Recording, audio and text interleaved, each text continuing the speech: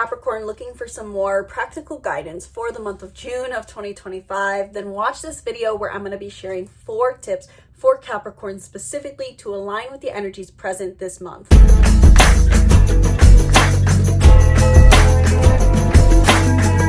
Hello my Capricorns, and welcome back to the channel. I'm Isabel, your spiritual rebel friend, and today we are talking about 4 simple tips or pieces of advice even that I would encourage Capricorns to remember going into June of 2025. With how many transits there are, it can be overwhelming to keep up, and sometimes it can just feel like a data overload. So I've tried to distill the information of June into 4 simple pieces of advice / action steps / tips / contemplations for you specifically, based off of what I think Capricorns will likely be most experiencing this month. And this video will apply to you whether you have a Capricorn sun, a Capricorn moon, and or a Capricorn rising. So if you have any of those placements, I encourage you to watch this and let me know in the comments below if this advice ends up resonating for you or not. And a final note before we go into your tips for the month and make it short and sweet, hopefully, be sure to book a reading down in the description box below if you want to dive deeper into how this month will specifically play out for you and how you can use this energy to your benefit. So we can cover any and everything, sky's the limit. Learn more down below or in the card up above. So my first tip that I would give to Capricorns this month, kind of following the theme that I've done so far for all the zodiac signs, is focusing on Mars transits. I would encourage Capricorns to focus your energy into your intimate relationships. Meaning that Mars is in Leo, in your 8th house, until the 17th. And with that in mind, throat will not clear, is I would encourage Capricorns to maybe think about, how do you find play in your intimate relationships? And how are you connecting with others on the basis still of passion, creativity, and excitement? Do you feel like your deep relationships are fun? If not, maybe cultivating more fun with those you feel most close and trusting to would be encouraged. And in the second half of the month, from the 17th onward, Mars will be in Virgo in your 9th house. And this is more about you practically pursuing in physical ways, cultivating your personal beliefs. This is you attending courses or workshops or self-development summits to develop your views on life. But in the first half of the month, having fun and being seen in relationships can be very, very rewarding. Secondly, I would really encourage Capricorns out there to think about how you can expand your emotional fulfillment of your relationships.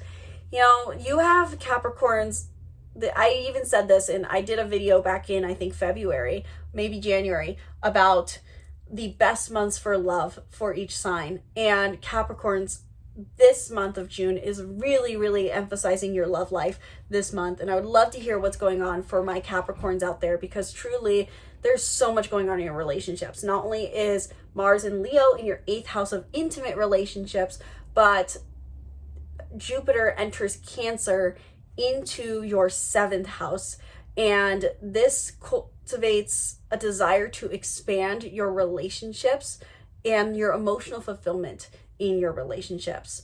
And so with Jupiter in Cancer in your 7th house, this is a time for you to start asking yourself, how can I emotionally receive more in my one-on-one connections? How can I emotionally receive and make myself available in my friendships and partnerships?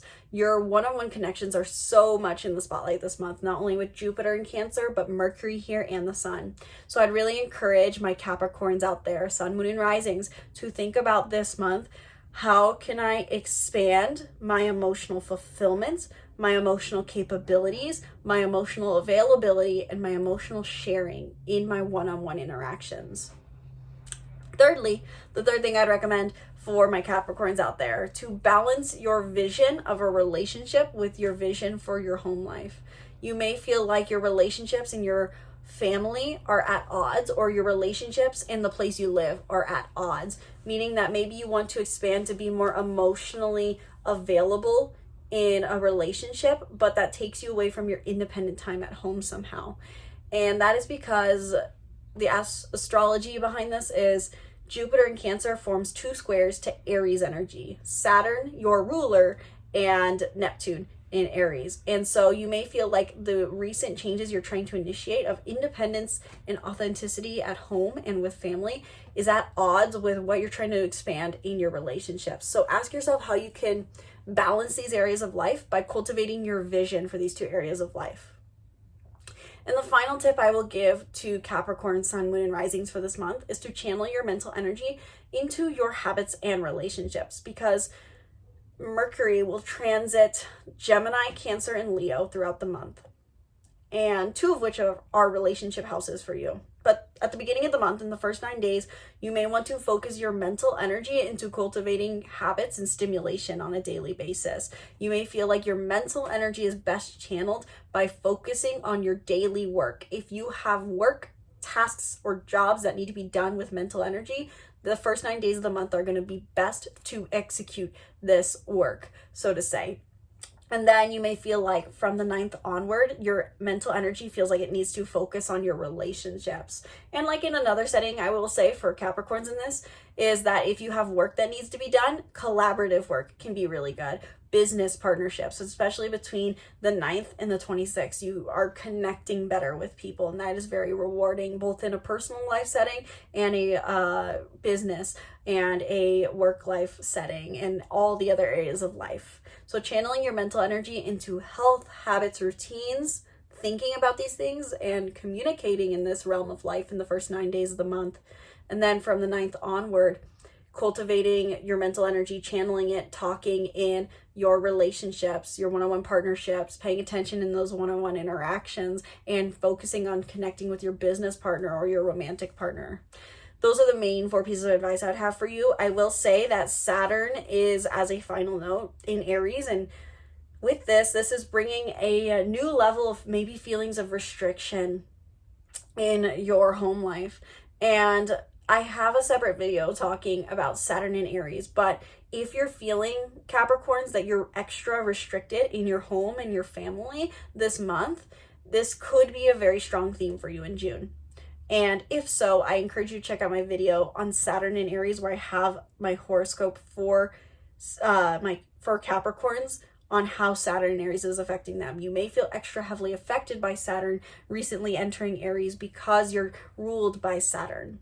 So Capricorns, let me know down in the comments below, did this video help you understand what to expect in this month of June? Did this help you understand what may be coming up for you?